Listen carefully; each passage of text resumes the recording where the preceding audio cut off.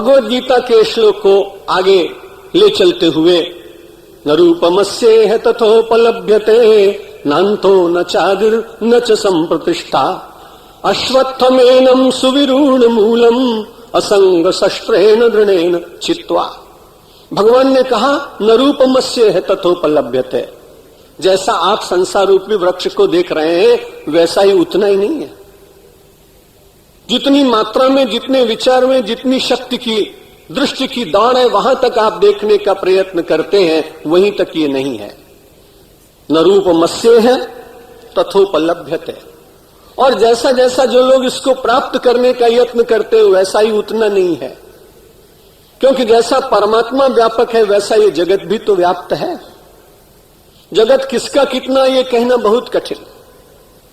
एक बार एक कूप के ऊपर उड़ता हुआ भूल कर कोई राजहंस आ गया, और राजहंस कुएं की मुंडेर पर बैठकर विचार करने लगा कि इसके भीतर रहने वाले ये मेढक, ढेड़का जिसे आप गुजराती में कहते हैं, मुझे थोड़ी थोड़ी गुजराती आवड़े छे, कोई कोई वक्त मन में इच्छा था कि हूँ गुजराती में प्रवचन करूं, पर जो गुजराती में प्रवचन करूं तो हमारा माहेश्वरी समाज जे भाईओ आवे छे एमने पछी गुजराती में समझन न पड़े એટલે હું હિન્દીમાં જ બોલું છું।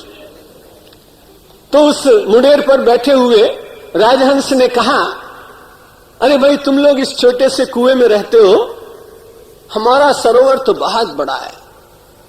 मेढक ने कहा, उछल कर बताया, इतना बड़ा है? उसने कहा ये तो तुम्हारा बहुत छोटा, इससे तो बहुत बड़ा है।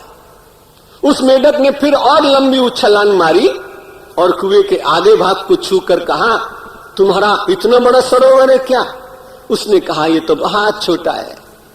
तब उसने पूरी तरह से छलांग मारकर कुएं की परिधि को छू लिया और कहा, तुम्हारा सरोवर इतना बड़ा है क्या? राजहंस ने कहा, मन में विचार किया, ये केवल कुएं के भीतर कूद कूद कर ही इसे संसार मानने वाला मेढक, इसको मैं समझा नहीं सकूंगा, इसलिए मुझे यहां से उड़ जाना चाहिए। संसार की कई बार व्याख्याएं लोग इसी प्रकार की करते हैं, और परमात्मा की भी व्याख्या कई बार इसी प्रकार की करते हैं।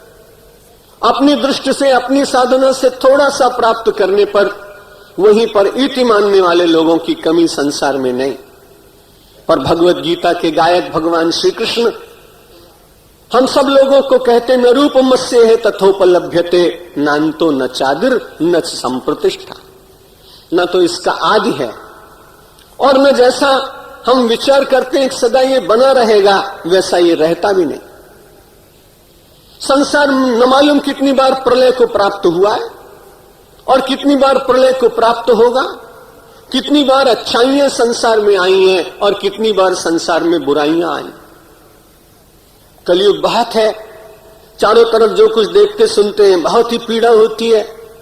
लेकिन अभी एक दो दिन पूर्व कहीं गया था और बहुत आग्रह करके, इच्छा न होने पर भी, हमारे देश के बड़े प्रसिद्ध विद्वान हैं पंडित किशोर व्यास जी पूना के, उन्होंने कहा कि आज हमारे यजमान की इच्छा है और वो आपका पाद्य पूजन करेगा। मैंने कहा भाई मैं तो शंकराचार्य पद छोड़े हुए 20 वर्ष हो गए, इसलिए मैं पाद्य पूजन वगैरह कराता नहीं। और वो माने नहीं, उनका आग्रह हुआ और पंडित जी संकल्प बुलवाने लगे।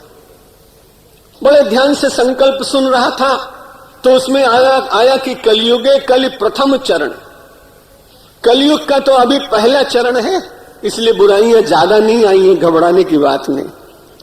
जब ये कलयुग दूसरे चरण में पहुंचेगा फिर और अपने अंतिम चरण में पहुंचेगा तब इसकी क्या दशा होगी। इसलिए श्रीमद् भगवद गीता ने कहा न रूपमस्येह तथोपलभ्यते नान्तो न चादिर न च संप्रतिष्ठा। जैसा आप देख रहे हैं वैसा नहीं, और जैसा ये बदलता रहता है वैसा भी निश्चित नहीं कहा जा सकता है, लेकिन परिवर्तन इसमें रोज होता है।